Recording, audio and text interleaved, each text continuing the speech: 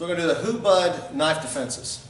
Now these things, the attacker's coming on a #1 strike, which is right across the neck like so. Okay? Now they're going to be right side forward all the time because in Filipino arts we want the blade closest to the opponent. Okay? This is just like a block that, oops, it just happened and instinct goes up. This is the bad hand. He comes at a slice. What he can naturally do is just flow right underneath my hand and cut my stomach wide open, like so. See that? So if I block up here, I'm leaving a path for this to happen. Now the Hubud drills, we just block past cover. On this, I'm going to block, and if he starts going down, for instance, this redirects him. Okay? So anyway, he comes on the strike. I'm going to block, pass, and grab. Notice that my hand position here, let me get closer to the camera so you can really see it. All right, see that? All right, he comes at me. I'm going to block, pass, hands on top. Now I'm going to hold the knife. Most people want to do this, but his wrist is still flexible. Now you can still do things with that. So what I want to do with this left hand is to hold his hand the way I would hold the knife. And my cutting knuckles are right along that blade as if I was to actually hold the knife, like so. Okay? So what I'm going to do is I just stab it. What I'm going to do, he's going to come in on #1. Boom! I'm going to block and pass and grab. Grip right up underneath. Try and twist the hand somewhat so it slips between the ribs. And step slide in. All right, and watch this again. That's whoops. Here I go. My right leg's going to step back to disrupt the balance. He falls straight in. All right, let's go back here so we can see it a little bit better. So here I go. I'm going to block it, pass it, stab. Okay? That's your stab. The same movement, everything is the same. All right, go ahead.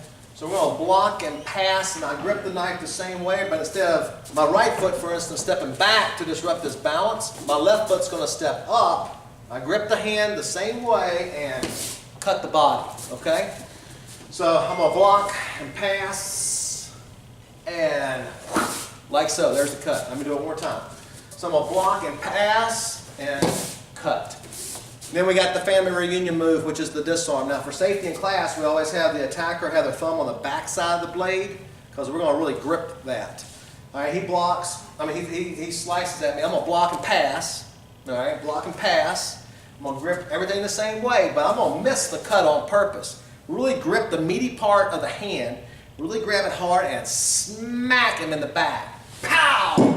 And then I come into an arm bar, arm break effect. Okay? Let's get a little closer so we can see it in the camera. All right, so I'm going to block and pass, grip that hand, miss the cut on purpose, grip the back of that hand nice and tight, and then slam it. Pow! Boom! And we want to be careful of the person in class. We don't hurt them. But that's the idea there. Okay? So that's the disarm. We call it the family reunion move. Oh, you know karate? What are you going to do if I do this? And that's the idea. Next one's going to be the strip.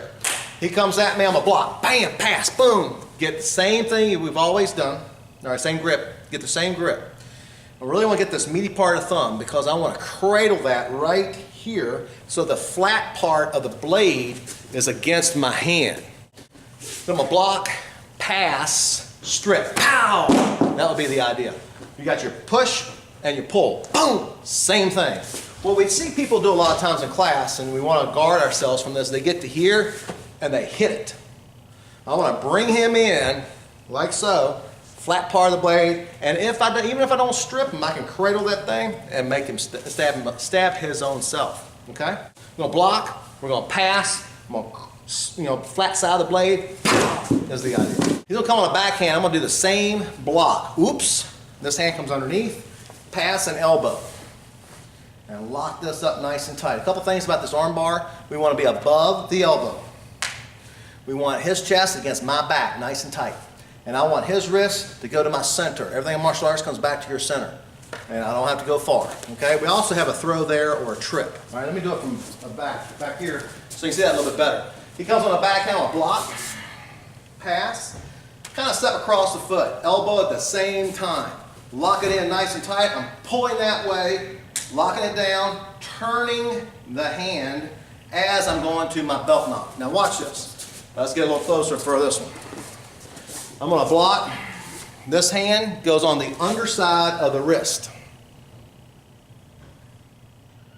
Because if I don't, the wrist might be in the wrong position. I might wind up with an arm bar like this, which would be fine. It's just a different technique. All right, he comes on the backhand. I'm gonna block, pass, elbow, step across, and lock it in nice and tight. Okay? Those are your Hubuds. Let's do it again. So you're gonna slice me one time? All right, watch. We got the stab. We got the cut. We got the disarm. Okay? And we come into an arm break. We also have the strip. Bam. We also have the backhand. Comes on a backhand. The backhand ends in an arm bar. Okay? Those are your Hubud knives.